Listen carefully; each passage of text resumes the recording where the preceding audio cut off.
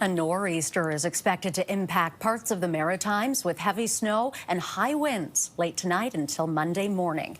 The sprawling center of the storm is located about 500 kilometers southeast of Cape Cod.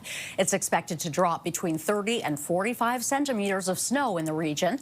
Weather conditions are expected to deteriorate in Nova Scotia and Prince Edward Island as the amount of snow increases and the wind becomes stronger. Joining us now is David Phllips, climatologist with Environment and Climate Change Canada. David, welcome. A nor'easter is bringing heavy snow and blizzard conditions to the East Coast. How is it different from previous years?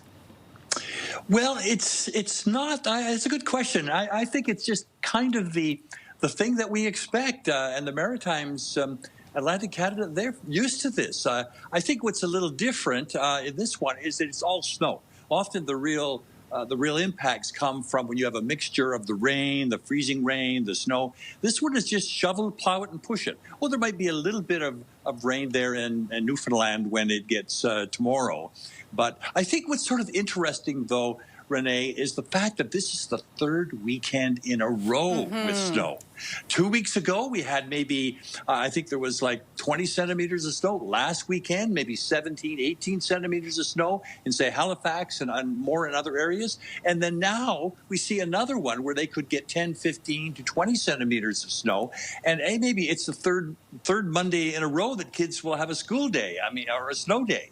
So it really shows the impact. And there's 40 centimeters of snow sitting on the ground in Halifax before the first flakes even fall from this system. So, hey, a lot of getting around. They also have in the coastal areas a kind of coastal flooding issue, especially tomorrow morning when we get near the astronomical high tides. And so that could cause some coastal erosion, just some added concern for people living along the coast. And Renee, this storm has been just dominating the news cycle all week. We saw the impacts in the United States with snow flurries in Sarasota, Florida, come on, with freezing temperatures and historic snowfalls that people haven't seen in decades, and -9 in Savannah, but the good news, in a way, is this storm is staying a little bit more off the coast, offshore, than we thought yesterday. So there are fewer people in the Maritimes are going to be impacted. I don't see any problems for New Brunswick,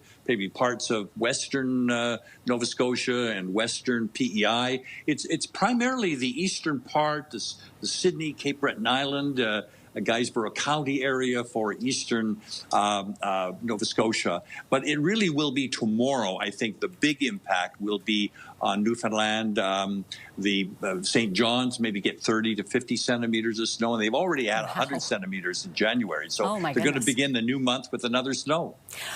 How long is this all expected to last? Can we expect another nor'easter next weekend, David? I don't think you can set your clock to it, but my gosh, it's really, there's something, sometimes, Renee, one of the kind of rules of weather forecasting, what you see is what you're going to get. And Renee, I looked at the forecast for the month of February, and just because we're changing the month, we're not changing the weather. It looks like it's still going to be, wild weather, and particularly in we haven't mentioned people in Ontario, Quebec.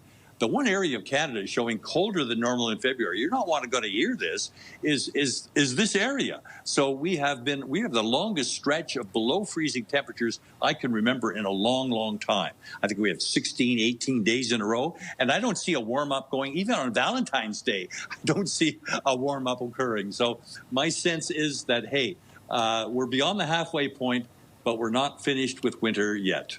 How should people prepare for this? Well, I think it's not the first storm of the season, Renee. So we're always brought to our knees on the first side, even though we just had snow maybe 7 months ago. It's always like new to us, it seems. But hey, we're veterans of these weather wars, these winter weather wars. We are the second coldest country in the world and the snowiest. So this is something, Renee, that we're used to. So we know how to get rid of it. But, it's beginning to psychologically beat us up.